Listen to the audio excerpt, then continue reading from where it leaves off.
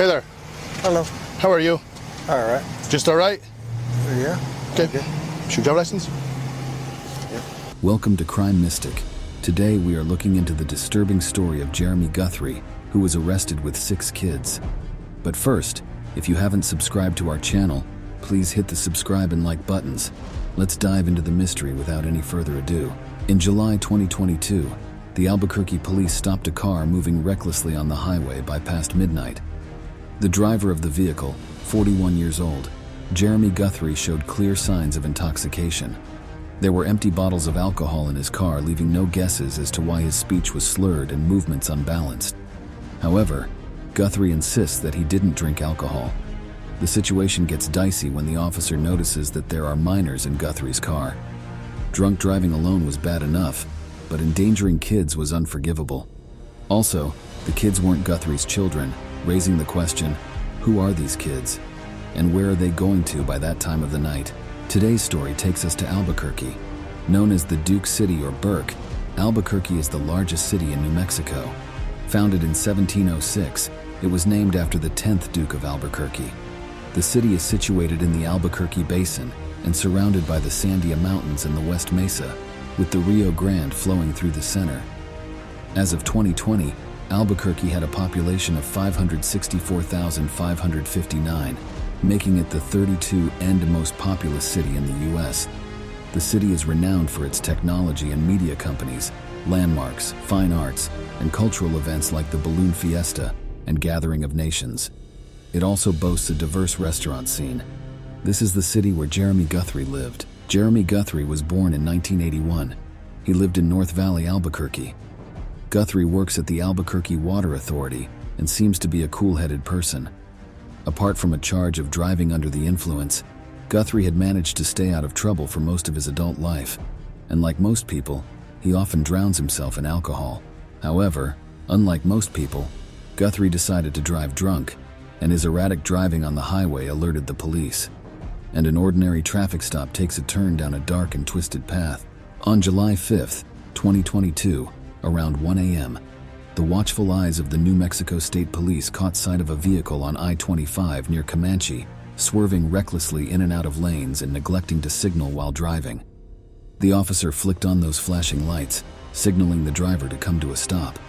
As the officer approached the vehicle, something seemed off. Guthrie appeared disheveled, his words slurred, his movements unsteady. You took that curve way too fast. I did. I'm sorry. I thought you were going to crash. The dashcam captured the disturbing sight of Guthrie fumbling around, desperately searching for the documents which the officer had requested. He explained that his clumsiness was because he was nervous, and the officer wittily replied that the way he was driving earlier also made him nervous. At times, you went all the way from lane number 1 all the way over. Didn't use your signal. Had problems keeping your vehicle one lane. The officer pointed out Guthrie's forgotten wallet, resting undisturbed on his lap, along with empty bottles of tequila and Fireball whiskey, a telling sign that all was not right in this seemingly routine encounter. But the true horror lay inside the vehicle, concealed from view. And before long, the officer saw it too. Guthrie's car was filled with young boys and girls. The officer's curiosity piqued, demanding answers about the relationship between Guthrie and the children. Who are these kids to you? This is my friend. That's your friend?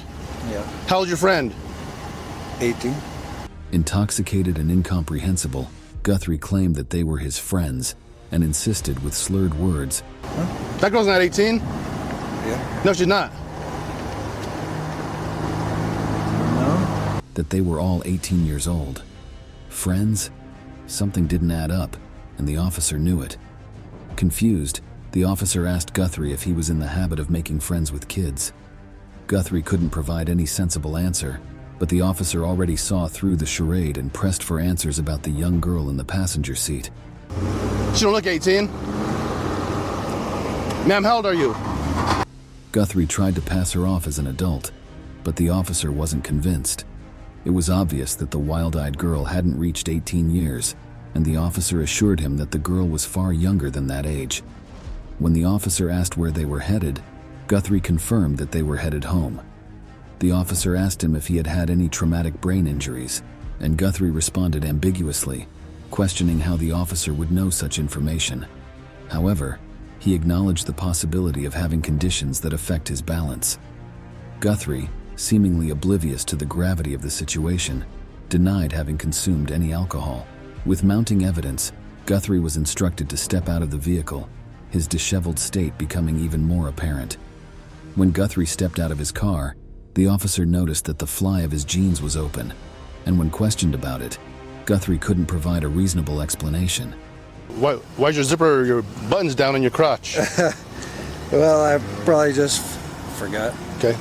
But even in the face of undeniable proof, he clung to his denial, refusing to acknowledge that he had taken any drinks and insisting that the kids were his friends.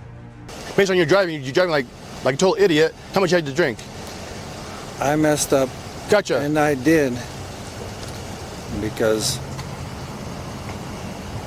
But I haven't been drinking. There was now only one way of finding out: sobriety tests. As one police officer spoke with the children inside the truck, another officer proceeded to ask Guthrie some preliminary questions for a field sobriety test. During the sobriety test, Guthrie struggled to comprehend and follow the officer's instructions. He had difficulty reciting the alphabet from H to S and skipped the 50s while counting from 62 to 47, progressing slowly into the 30s. It's been a few hours. Okay. I mean, Gotcha. Well, After a few tests, Guthrie admitted that he had indeed taken alcohol, but that it was hours ago. The officer was finally getting somewhere. As expected, Guthrie failed the sobriety field test while showing incoherent behavior and struggling to answer simple questions or walk straight lines. Subsequently, Guthrie was handcuffed and charged with driving under the influence, along with charges of having an open container and 6 counts of child abuse. However, this unsettling encounter was just the beginning of a disturbing story. As the investigation deepened, the true extent of Guthrie's depravity came to light. The initial arrest for driving under the influence was only the tip of the iceberg. After Guthrie had been placed in the police vehicle, the officer turned his attention fully toward the 6 children. He asked their age, but they tried to cover up and lie. But the officer wasn't having it. After a stern talking to, they admitted that they were indeed not 18. It turned out that the oldest among the children was 14. Soon after, the parents of the children came to collect their kids. The teens involved were returned to their respective homes that same night. However, the gravity of the situation worsened when a woman later contacted the police and identified herself as the girl's grandmother. She revealed that one of the children in the car, a 13-year-old girl, had allegedly been sexually assaulted and impregnated by Guthrie. And I got a call that they were all in the car. There was six of them, and was with this guy. Resulting in a pregnancy when the girl was just 12 years old. Tragically, she suffered a miscarriage as a result of the abuse she endured over the course of a year. Makes me sick. I'm livid to what he did to my granddaughters, and he's just a very, very sick person. The girls reportedly met Guthrie through social media platforms like Snapchat and Instagram. He had reportedly been communicating with them and grooming them online before the incidents took place. Adding to the horror, the girl's twin sister was also present in the car. I was over where one of my granddaughters was, and she told my other granddaughter that he had contacted her. And Guthrie allegedly sent her explicit texts. He is suspected of sexually assaulting her and disturbingly expressed love for her and her twin sister, even discussing his desire to have a daughter with her. On further questioning, the girl admitted that Guthrie used drugs like methamphetamine and cocaine and owned multiple firearms. She also mentioned that Guthrie recorded one of the assaults. As a result, Guthrie faced additional charges of sexual assault involving the 13-year-old twins.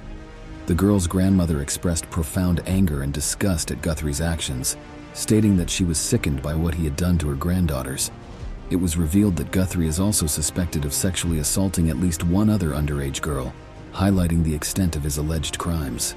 Guthrie was initially charged with 6 felony child abuse charges in addition to DWI, though his defense argued it was excessive. The defense argued that while serious, the allegations didn't meet the criteria for felony child abuse. However, Judge Jill Martinez of Bernalillo County Metropolitan Court disagreed, but still opted to grant him release from jail pending when the major trial starts. Court records reveal that this is Guthrie's second DWI offense. Despite this, the judge permitted him to continue driving, provided he used a car equipped with an ignition interlock device. Following his arrest, the Albuquerque Water Authority that employed Guthrie stated that his employment status is currently under review.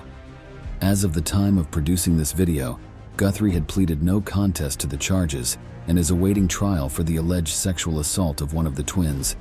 He remained in custody at the Metropolitan Detention Center in Albuquerque. The Albuquerque Police Department suspects that there are additional victims and urges victims or anyone with information to step forward and share what they know. Disturbingly, even after his arrest, it was alleged that Guthrie continued to contact the girls from behind bars. The twins' grandmother claimed that he was still able to reach out to them, raising concerns about ongoing manipulation. According to the twins' grandmother, he sent text messages to one of the girls, requesting money and claiming to have used a prison guard's phone for communication. She shared the conversations with the media. The Instagram messages she shared reveal someone claiming to be Guthrie, soliciting money from one of the girls. One message even suggests he was using a guard's phone. The grandmother asked her granddaughter to send a specific message to verify if it was truly him or to gauge his intentions. The victim, seeking help, wrote that she had run away and needed Guthrie to pick her up. His response reads, "How am I supposed to do that when I'm in jail? I don't understand how all of this is happening when he's supposed to be in jail. It's crazy," exclaimed the grandmother. He's in jail. How the heck is all this happening when he's in jail? Like, that's crazy. Perplexed, both the grandmother and granddaughter asked Guthrie how he was able to message them from jail. In a response, Guthrie claimed he had paid to use a guard's phone. The exchange abruptly ceased when the granddaughter mentioned that the police were aware of their communication. Parents, check your kids' social media accounts, their gaming platforms. I never imagined something like this could happen to my family, but it did, the grandmother urged. This story highlights the pressing need to monitor how our kids and minors around us use the internet, especially social media. The internet and social media are fantastic sources for learning. However, people like Guthrie are also there looking for victims. Therefore, there is a need to regulate how our kids use social media, if they are to use it at all. While we await the outcome of Guthrie's trial, what do you think should be the perfect punishment for him? What do you think about kids using social media? Let us know what you think in the comments section.